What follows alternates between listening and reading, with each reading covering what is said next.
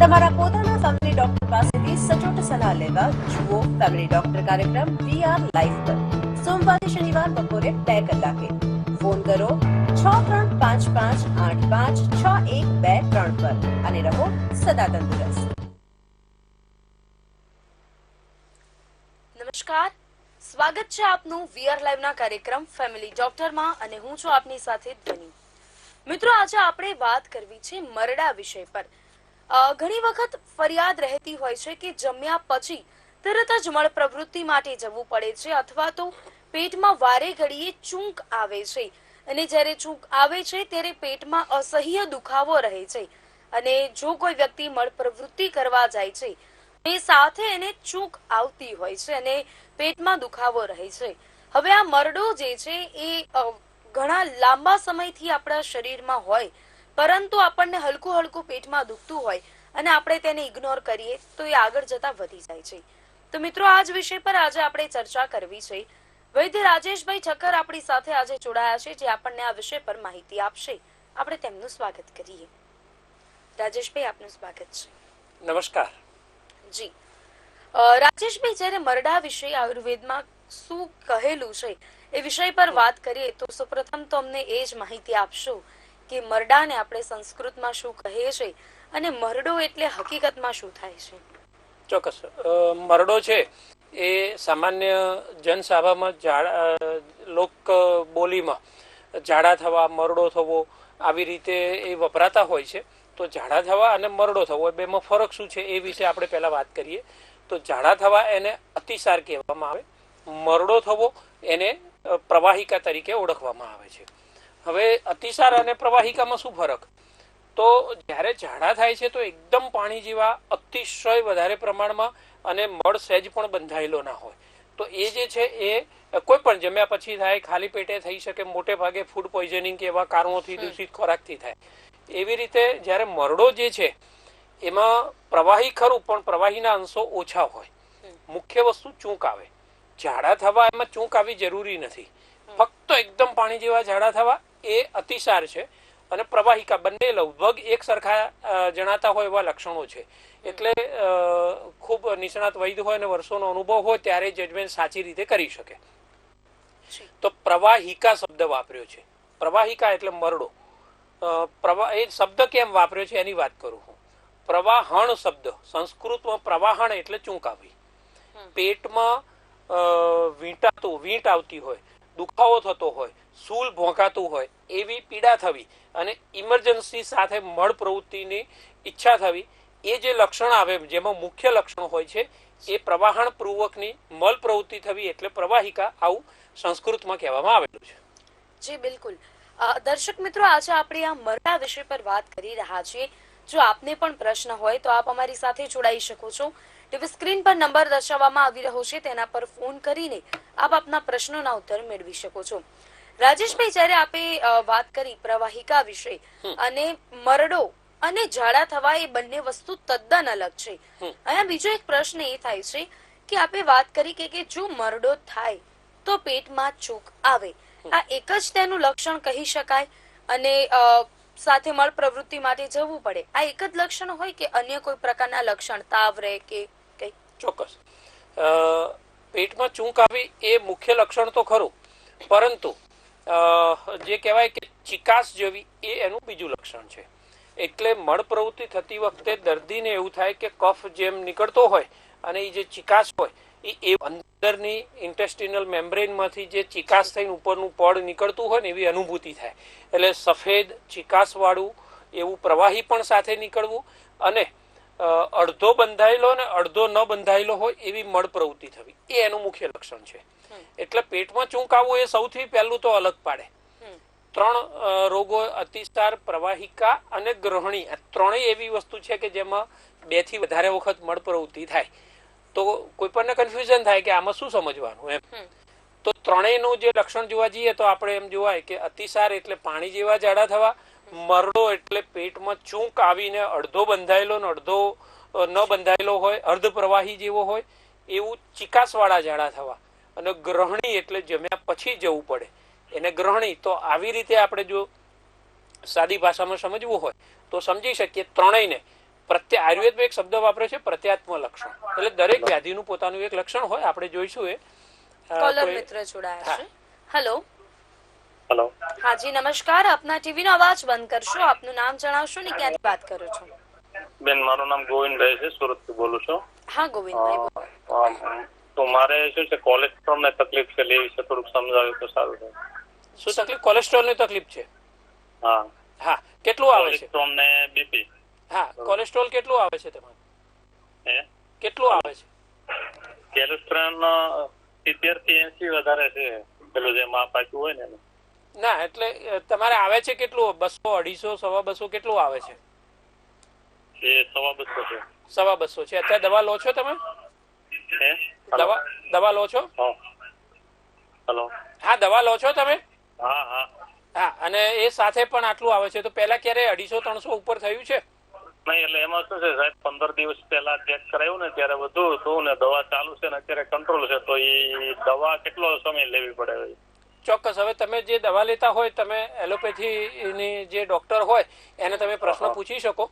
તમારે આયુર્વેદ દવા વિશે જાણવું હોય તો હું તમને જવાબ આપીશું. અને બીજું કે તમારી ઉંમર કેટલી છે? 60 વર્ષની. ચોક્કસ, હું તમને જવાબ આપું છું. Okay sir. એમનો પ્રશ્ન એવો છે કે કોલેસ્ટ્રોલ લોહીમાં વધારે આવી રહ્યું છે. એક સાદી ભાષામાં કહીએ તો લોહી થોડુંક જાડું થઈ રહ્યું છે, તો એને જામી જવાની શક્યતાઓ વધે અને ભવિષ્યમાં હાર્ટ એટેક ને બીજા બીપી ને બધાના કારણો બની શકે છે. તો એ સમયે કોલેસ્ટ્રોલ એટલે આપણા લોહીમાં રહેલું ચિકાશ વર્ગીય ભાગ છે એક, બરાબર છે. હવે એને કંટ્રોલ કરવા માટેની કેટલીક દવાઓ આયુર્વેદમાં લખેલી છે. જો શક્ય બને તો ચીઝ, પનીર, તેલ, આવી બધી જે વધારે પડતી ચિકાશવાળી વસ્તુઓ હોય અને ચરબીવાળી પદાર્થો છે એ માફ ના કરવા જોઈએ. અને ખાસ કરીને ચાલવાનું વધારે રાખવું જોઈએ. ઔષધોમાં જો એમને લેવું હોય તો ત્રિફલા ગુગળ આ નામની એક દવા આવે છે, અને બીજું ત્રયુષ્ણાદી લોહ, બંનેમાંથી એક ગોળી સવાર સાંજ નવશેકા ગરમ પાણી સાથે ગળવાની ભલામણ કરીએ. 3 મહિના પછી રિપોર્ટ કરાવશો, ઘણો કંટ્રોલ એમને થઈ ગયો હશે. જી. વધુ એક કોલર મિત્ર આપણી સાથે જોડાયા છે. હેલો. હા બેન, નમસ્કાર. જી નમસ્કાર. આપનું નામ જણાવશો ને ક્યાંથી વાત કરો છો? રામભાઈ નામ છે મારો, અમદાવાદ થી બોલું છું. હા બોલો રામભાઈ. હવે બેન, આ જે મરડો છે કોઈ ઋતુ અનુસાર થાય કે ખોરાક થી થાય કે આમાં શું કારણ હોય? જી આપણે ચર્ચા કરીએ છીએ, આપણે ચર્ચાનો પ્રારંભ કરી ચુક્યા છીએ, એટલે તમારો પ્રશ્ન આપણે સ્વીકારીએ છીએ અને એની હવે ચર્ચા કરીએ. જી બિલકુલ રાજેશભાઈ. હા, દર્શક મિત્ર છે ને એમને મરડા વિશે થોડું વધારે જાણવું છે. આપણે આજની ચર્ચાનો એ ભાગ પણ હતો અને દર્શકો પણ એનો મતલબ એવો થાય છે કે આપણી ચર્ચા અને એમનો ઉત્સાહ પણ છે કે આ બધું જાણવું છે. હવે એ ઋતુ અનુસાર નથી હોતો. મરડો જે છે એ ખાનપાનની પદ્ધતિ ઉપર આધારિત છે. દૂષિત ખોરાક, દૂષિત આહાર અને એવું કોઈ પ્રવાહી કંઈક વસ્તુ લેવામાં આવ્યું, ઉતરી ગયેલો ખોરાક, સાદી ભાષામાં કહું તો, કે જેને ફંગસ થઈ ગયું, ફૂગ થઈ ગઈ હતી, 2 દિવસ જૂનો હતો, 1 દિવસ જૂનું હતું, અથવા જૂનું હતું ને એને તમે ગરમ કરીને આપ્યું પણ અંદર એ બગડેલો અંશ હતો આહારનો, તો આવા બધા કારણો હોય. એટલે મોટે ભાગે ઋતુ અનુસાર આધારિત નથી. શિયાળામાં વધારે થાય, આમાં વધારે થાય. થોડુંક આધારિત જો આપણે કરવું હોય તો ચોમાસા સાથે એને સરખાવી શકીએ, એટલા માટે કે ચોમાસામાં ભેજવાળું વાતાવરણ વધારે હોય. ભેજવાળું વાતાવરણ હોય એટલે ખોરાક બગડવાની શક્યતા વધે છે. પણ જેનો ખોરાક નથી બગડ્યો તો ચોમાસામાં પણ એને મરડો ના થાય. પણ મૂળ વાત તો ત્યાં જ આવે કે ચોમાસામાં શક્યતા વધે, પરંતુ એ ખોરાક ન બગડે તો રોગ પેદા નથી થતો. બરાબર છે. અને અક્રાંતિયાની માફક વધારે પ્રમાણમાં એક વખત ખાધું, બીજી વખત ખાધું, વળી પાછું આપણે આગળનું પચ્યું નતું અને ત્રીજી વખત પેટમાં નાખીએ તો એ પણ આ બધા આહારજન્ય કારણો છે. એટલે ઋતુ અનુસાર નહીં પણ આહારથી થઈ શકે. દૂષિત ખોરાક કોઈ એવો હોય ને એને કારણે જો સેકન્ડરી ઇન્ફેક્શન લાગી જાય, બેક્ટેરિયલ કે ફંગલ પ્રોટોઝુઅલ ઇન્ફેક્શન લાગી જાય તો એ મરડાનું લક્ષણ પેદા થઈ શકે. જી. એક કોલર મિત્ર જોડાયા છે. હેલો. હા બેન, નમસ્કાર. હાજી, આપના ટીવી નો અવાજ બંધ કરશો. નમસ્કાર. હાજી. આપનું નામ જણાવો ને ક્યાંથી વાત કરો છો? હા, નામ રામભાઈ બોલું છું. મારો બીજો પ્રશ્ન એવો છે કે અહીંથી અમદાવાદ સિટીમાં અમે રહીએ છીએ, બરોબર, અને ગામડે જઈએ ત્યારે બિલકુલ એકદમ નોર્મલ થઈ જાય છે. અહીંયા ક્યારેક એવું થાય મરડા જેવું. તમારે શું તકલીફ થાય ગામડે જઈએ એટલે વાતાવરણમાં ફરક હશે કે શું, પાણીનો ફરક હશે કે જમીનનો ફરક શું? હા, એટલે તમને શું થાય, તમે અહીંયા અમદાવાદમાં હોય ત્યારે કેટલી વખત મળ પ્રવૃત્તિ જવું પડે? હવે સાહેબ 2-3 વખત દિવસમાં 9-10 વાગ્યા સુધી મારે એ જ કામ કરવું પડે. ઓકે, 3 થી 4 વખત જવું પડે, 2 થી 3 4 વખત. હાજી હાજી. પેટમાં ચૂંક આવે ખરી? ના, ચૂંક આવે ખરી પણ નોર્મલ બહુ છે. બરાબર. ચિકાસ આવે છે ઝાડામાં? ના ના ના, એવું ચિકાસ અને પાણી જેવો થાય કે અડધો બંધાયેલો જેવો ઝાડો હોય? એ બંધાયેલો ને બહુ કઠણ આવે છે. બરાબર છે. અને ગામડે જાઓ છો તો તમારે એક જ વખત? ગામડે બિલકુલ એકદમ એક વખતમાં પેટ સાફ થઈ જાય. ઠીક છે. અને તમારે દૂધ પીવાથી વધારે તકલીફ થાય છે એવું કઈ ખરું? ના ના ના, દૂધ તો નથી. બરાબર. ઓકે. અને જમ્યા પછી મળ પ્રવૃત્તિ જવું પડે? ના ના ના, જમ્યા પછી નહીં, સવારના ટાઈમે. ઠીક છે, ઠીક છે. હા, તો હવે હું તમને જવાબ આપું છું. તમે 2 ઔષધો લો અને એક ગોળી છે અને એક પાવડર છે. હું માનું છું ત્યાં સુધી 2-1 મહિના સુધી સારવાર કરશો એટલે તમને ચોક્કસ ફાયદો થશે. અહીંથી ફોન કપાય છે, તમારો આ પ્રશ્નનું નિવારણ ચોક્કસ આવી જશે. જી રાજેશભાઈ. હા, એમને એવું છે કે ગામડાનું વાતાવરણ, ઉછેર ત્યાં થયો હોય અને એ થયું હોય ને કદાચ સિટીના વાતાવરણમાં કોઈ પાણી ભારે પડતું હોય, એમને ક્યાં રહે છે, એ બોરનું પાણી આવે છે કે કેવું આવે છે, અને ખાવા પીવાની કોઈ પદ્ધતિ, કોઈ વસ્તુ, એટલે વધારે ડિટેલ ને ખૂબ વધારે સમયના ડિસ્કશન પછી કદાચ એમાંથી કોઈક આપણને ક્લુ મળે કે જે આ થવાનું કારણ મળે. પણ એનો એક્ઝેક્ટ ખબર ના હોય કે આ કારણ છે તો પણ એનો ચિકિત્સા, એની ઈલાજ તો થઈ શકે. આમ પાચન વટી નામની એક ગોળી આવે છે, એમાંથી 2 ગોળી લેવાની છે અને સાથે દાડી માસ્ટક ચૂર્ણ આવે છે. બંનેમાં એ દાડી માસ્ટક ચૂર્ણ છે એની 1 ચમચી અને આમ પાચન વટીની 2 ગોળી આ સવાર સાંજ દવશેકા ગરમ પાણી સાથે એમને લેવાની આપણે ભલામણ કરીએ છીએ. જી રાજેશભાઈ. રાજેશભાઈ, જે પ્રમાણે આપે દર્શક મિત્રોને પ્રશ્નના ઉત્તર આપી રહ્યા છો, વધુ એક પ્રશ્ન એ થાય છે કે આ મરડો નોર્મલ એવું હોય છે કે પેટના રિપોર્ટ્સ, આપણે કોલર મિત્ર સાથે પહેલા વાત કરીએ. હેલો. હેલો. હા જી, નમસ્કાર. પરાગભાઈ, આપના ટીવીનો અવાજ બંધ કરીને આપ આપનો પ્રશ્ન પૂછી શકો છો. હાજી, આવે છે. આપણો ફોન નંબર યાદ રહી ગયો, નામ યાદ રહી ગયું. જી બોલો. હા, હેલો. મારે પેલા જીભમાં ચીરા પડ્યા હતા એ વખતે હું તીખું ખાઈ શકતો નતો. હવે ચીરા મટી ગયા, હવે મારથી તીખું ખવાતું નથી અને મોરું ભાવતું નથી અને વધારે ખોરાક નહીં ખાવાથી મારું વજન 90 કિલો હતું એટલે બધા 82 કિલો થઈ ગયું. ખાવાનું છે તીખું કેમ નથી ખવાતું? ઓકે. આપની ઉંમર? મારી ઉંમર 82 વર્ષ. 82 વર્ષ છે. હા, 82 વર્ષ છે ને તમારી ઉંમર? હાજી. હા, અને તમારે કેટલા સમયથી આ તકલીફ હશે? મારે લગભગ 5 વર્ષ થયું પણ ચીરા મટી ગયા છે હવે, પણ તીખું ખવાતું નથી. ઓકે. જીભમાં ચીરા પડતા હતા, હવે અત્યારે હાલ તમને મોઢામાં ચાંદા પડેલા હોય, ચીરા પડ્યા હોય એવું કઈ ખરું? ચાંદો તો છે બધું મોઢામાં. અચ્છા, મોઢામાં ચાંદા તો છે જ. હા, ચાંદા થાય છે મટી જાય છે, થાય છે મટી જાય છે. ચોક્કસ. ક્યારે આયુર્વેદિક સારવાર કરાવી છે? ના, મેડિકલ સારવાર કરાવેલી હતી, એન્ટીબાયોટિક ગોતી ગઈ. હા, પણ 6 વર્ષ થઈ ગયા હોય તો એક ચિકિત્સા વિજ્ઞાનને તમે 6 વર્ષ આપ્યા છે તો હવે ચિકિત્સા વિજ્ઞાન બદલો. આયુર્વેદની સારવારથી કદાચ 1.5-2 મહિનામાં તમારો આ પ્રશ્ન સોલ્વ થઈ શકે. બરાબર? હા, તમને હું જવાબ આપું છું. ટીવી ઉપર તમે સાંભળો હવે.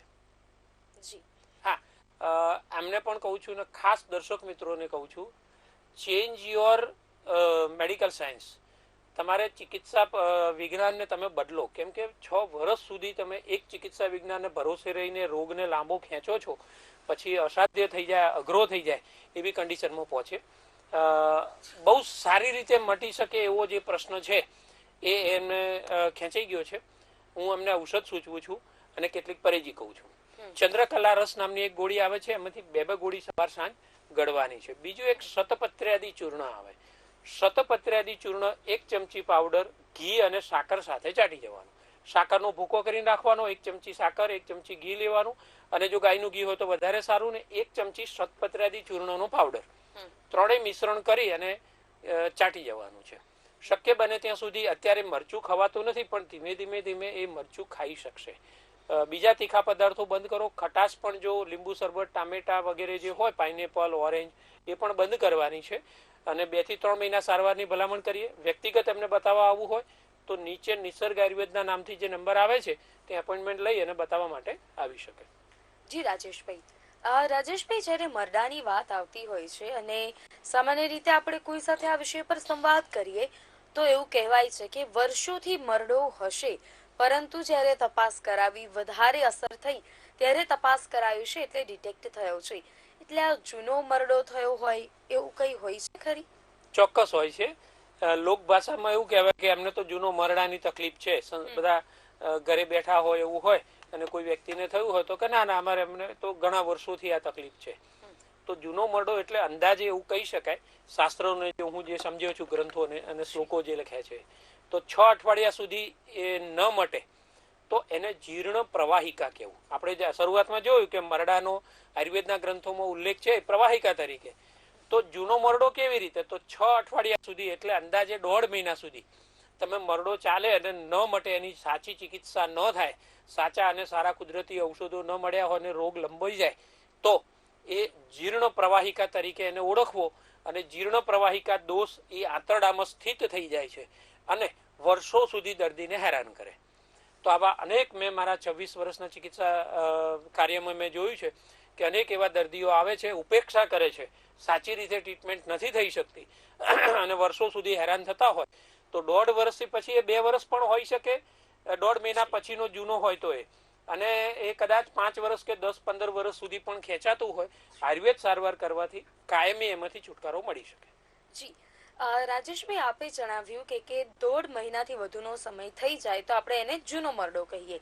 પ્રશ્ન એ થાય છે કે જો આ મરડો છે, હવે તેની સારવાર નથી કરાવવામાં આવતી અને કોઈ વ્યક્તિ એને દિવસમાં 2-3 વખત મળ પ્રવૃત્તિ કરવા માટે જવું અથવા તેનાથી વધુ મળ પ્રવૃત્તિ માટે જવું, ખોરાક ખાઈને તરત જ તેમને મળ પ્રવૃત્તિ માટે જવું પડે, એને સામાન્ય ગણી લે છે અને સારવાર નથી કરાવતા, તો આ જો મરડો જે છે એ અંદર ને અંદર રહે તો એનાથી આંતરડાને લગતા કે બીજા કોઈ રોગ થવાની શક્યતાઓ ખરી? ના, એટલે એ મરડો પોતે એક રોગનું સ્વરૂપ છે, એ વધતો જાય. મરડાના લક્ષણો વધતા જાય, કાયમી થઈ જાય છે. એટલે એ એવું થઈ જાય કે પછી વર્ષો સુધી એને એ શરીર એવું હોય કે પેટમાં ચૂંક આવે છે અને મળ પ્રવૃત્તિ માટે જાય. અર્જન્સી આવે, મળ પ્રવૃત્તિના વેગની ઇમરજન્સી, અર્જન્સી જે કહીએ ને કે રોકી ના શકે એ વ્યક્તિ. એટલે લાંબા ગાળે થાય એટલે શું હોય કે વ્યક્તિ બહાર નીકળવાનું ટાળે, પ્રવાસ કરવાનું ટાળે. કેમ કે બસમાં જવાનું હોય ને 3 કલાક થાય તો એમ કહેશે કે મને વેગ આવશે તો હું બહાર નહીં જઈ શકું અને રસ્તામાં ક્યાંય બસ ઊભી ન રહે. બરાબર, દરેકની પાસે વ્યક્તિગત વાહન હોય એવું શક્ય ના બની શકે કદાચ, અથવા લાંબો પ્રવાસ હોય તો એ વ્યક્તિ ટાળવાની કોશિશ કરે. આ બધી એની સાઈડ ઇફેક્ટ કહી શકીએ આપણે. એટલે માણસ એક બંધિયાર જીવન જીવવાનું શરૂ કરે. હકીકત એવી છે કે એમાંથી બહાર નીકળવું હોય તો આયુર્વેદ સારવાર કાયમ માટે આવા વર્ષો જૂના મરડાને પણ મટાડી શકે અને તરત નો થયેલો હોય એને પણ મટાડી શકે. હું એવું કઉ છું કે લગભગ 2 થી 5 જ દિવસ મરડો થયો હોય તો એને મટતા લાગી શકે, વધુમાં વધુ 7 દિવસ. એ મરડાને કાયમી આપણે જો મટાડી શકતા હોય જયારે શરૂઆત થઈ હોય ત્યારે, તો શા માટે વર્ષો સુધી હેરાન થવાનું? એટલે નજીકના વૈદ્યને પસંદ કરી આયુર્વેદને મુખ્ય ચિકિત્સા વિજ્ઞાન તરીકે, આપણા જીવનના મુખ્ય ચિકિત્સા પદ્ધતિ તરીકે નજીકના વૈદ્ય હોય, આયુર્વેદ ફિઝિશિયન હોય, એમનો આપણે સંપર્ક કરીએ તો ઝડપથી આમાંથી કાયમ માટે બહાર નીકળી શકાય. અને એમાં કેટલાક આહારની આપણે પરેજી હવે આગળ વાત કરીશું એ રીતે એ ધ્યાન રાખવું જોઈએ, પરંતુ પરેજી વગર તો મરડો મટી ના શકે. જી રાજેશભાઈ, આપે વાત કરી કે આહારની પરેજી જરૂરી બને છે. એક પ્રશ્ન એ પણ ઉદ્ભવે છે કે આ વધુ પડતું ફાસ્ટ ફૂડ ખાવાથી આચળ કુચળ જે ખાવાની ટેવ પડી ગઈ હોય છે કે દર થોડો સમય થાય ને તરત કંઈક ખાઈ લેવું, તો એના કારણે આ મરડામાં વધારો થાય એવું બને? ચોક્કસ બને. આહારનું મુખ્ય કારણ કીધું છે, અગ્નિમાંદ્ય કારણ લખ્યું છે. સશૂલ, શૂલ એટલે ચૂંક આવી, પેટમાં ભોંકાવું. તો સશૂલ મલ પ્રવૃત્તિ થવી, શ્લેષ્મા યુક્ત મલ પ્રવૃત્તિ થવી, શ્લક્ષણ મલ પ્રવૃત્તિ થવી એટલે કે ચિકાસવાળા ઝાડા થવા.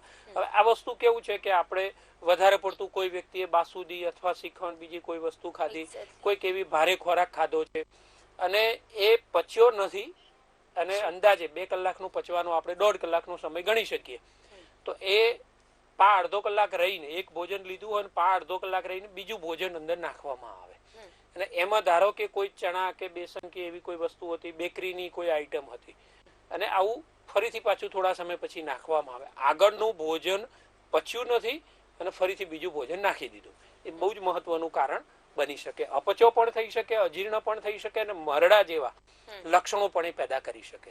સાદી ભાષામાં કહીએ તો એ તમે એક સમજી લો કે આગળનું ભોજન છે એ 60% 50% પચી ગયું હતું અને તમે બીજું નાખ્યું તો 1.5 કલાક પછી તો એ જઠરમાંથી બહાર નીકળી જવાનું છે.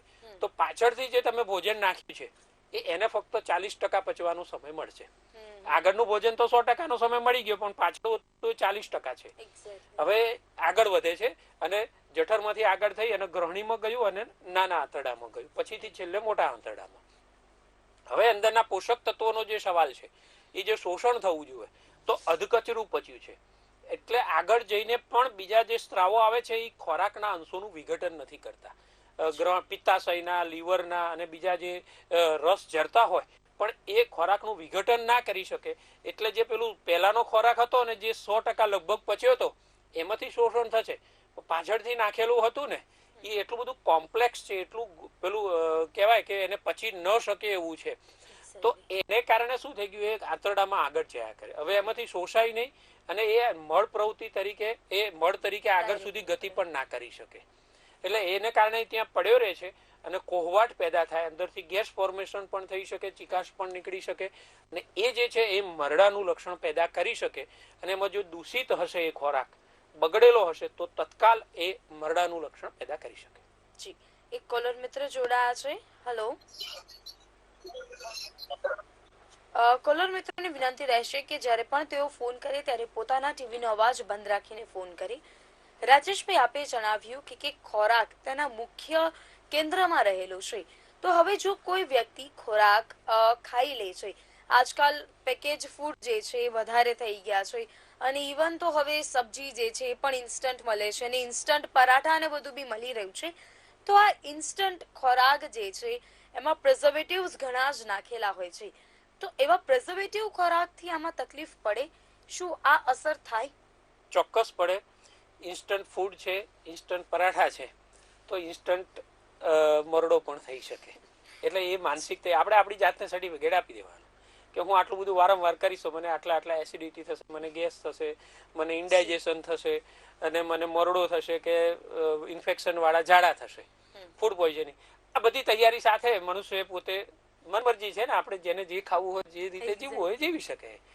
પણ કુદરતે જે સિદ્ધાંતો બનાવ્યા છે એનાથી વિરુદ્ધ જશો, કુદરતને અનુકૂળ થવાનું હોય, ઉત્તમ અને શ્રેષ્ઠ જીવન જીવવું હોય તો કુદરતના જે નિયમો છે, અને આયુર્વેદ એ કુદરતનું વિજ્ઞાન છે, એ એના પોતાના એવું તર્ક ઉપર આધારિત નથી. એ જે કુદરતના નિયમો છે એને એન્કોડેડ કરી એને પેલું સમજી અને એને લખેલું છે ગ્રંથોમાં કે આવી રીતે જીવન જીવશો તો સરસ મજાનું તમે 100 વર્ષનું નિરોગી દીર્ઘાયુષ્ય ભોગવી શકો. કળિયુગમાં જે આયુષ્ય છે, રોગગ્રસ્ત અવસ્થા થશે તો તમારે પીડા સાથે અને જિંદગી જીવવાની થશે. જી, એક કોલર મિત્ર જોડાયા છે. હેલો. બેન, મરડાની જૂની તકલીફ છે. ઓકે, આપનું નામ જણાવશો પહેલા અને ક્યાંથી વાત કરો છો? જેતપુરથી વાત કરું. ભરતભાઈ નામ છે. હા ભરતભાઈ, બોલો. 8-10 વર્ષથી અલ્સરેટિવ કોલાઇટિસ હતો. અચ્છા, અલ્સરેટિવ કોલાઇટિસ તમને નિદાન થયું છે? અને હમણાં એને બદલે પગ જકડાઈ ગયા છે ને, એટલે ઘરમાં રહું છું એટલે કબજિયાત જેવું થઈ ગયું છે. બરાબર. અત્યારે અલ્સરેટિવ કોલાઇટિસ ની દવા ચાલુ છે? ના, એ બંધ કરી પડી. કબજિયાત થઈ ગયું ને એટલે અમદાવાદ ની લેવલ સાહેબ ની દવા ચાલુ હતી. અને કેટલા સમયથી તમારે નિદાન થયું છે? મારે 12 વર્ષથી અમૃતસર ગયો ત્યારથી દવા ચાલુ છે.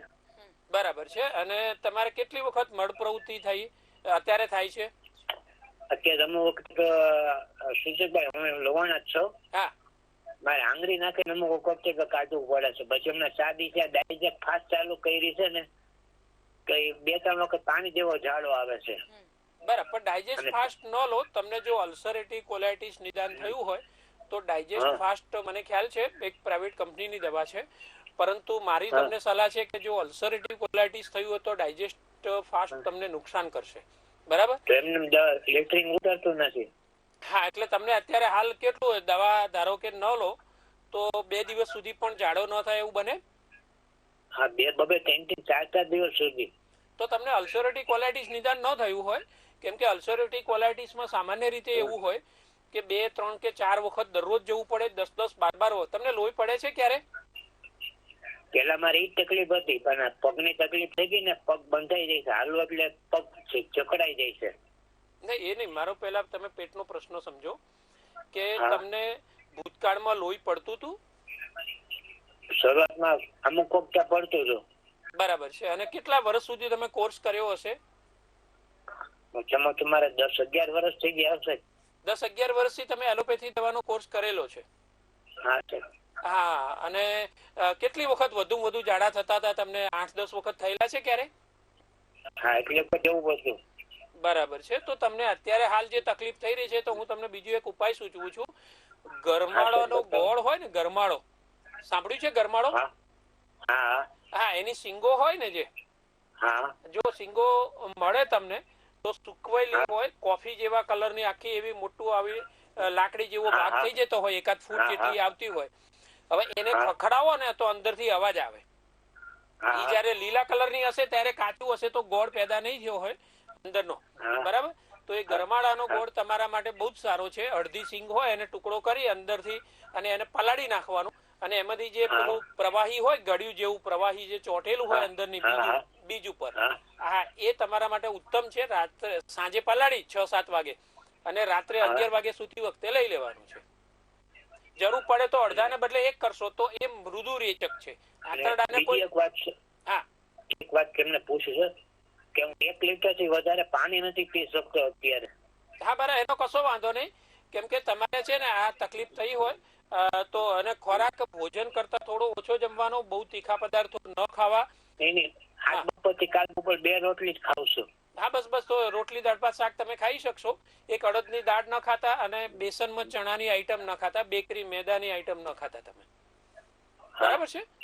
ચોક્કસ. અને તમે ગરમાળાનો ગોળ લઈ શકો, અને કદાચ ન મળે તો તમારે બીજું લેવું હોય તો એક સ્વાદિષ્ટ વિરેચન ચૂર્ણ આવે છે, એ અડધાથી 1 ચમચી જેટલું લઈ શકો તમે. જી